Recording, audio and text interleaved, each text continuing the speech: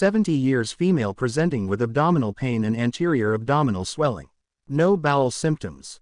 Right-sided supra-umbilical anterior abdominal wall hernia containing only omental fat. The defect in the abdominal wall measures 2.1 centimeters. Fat stranding is noted in the herniated omental fat. 2 more hernias containing only omental fat are seen just above or at the level of the umbilicus, with the larger hernial defect measuring 17 millimeters. No bowel herniation is noted. No abnormal bowel dilatation is noted. Incidental finding of a well-defined benign-looking predominantly fat-containing lesion in the left adrenal gland measuring 4.1 by 4.1 centimeters, which is likely an adrenal adenoma, IV contrast not given due to high creatinine level. A few air foci are seen in the urinary bladder which are likely related to the catheterization. Hiatal hernia. A nasogastric tube is seen in place with its tip lying in the second part of the duodenum. Multiple phlebolyths are seen in the pelvis.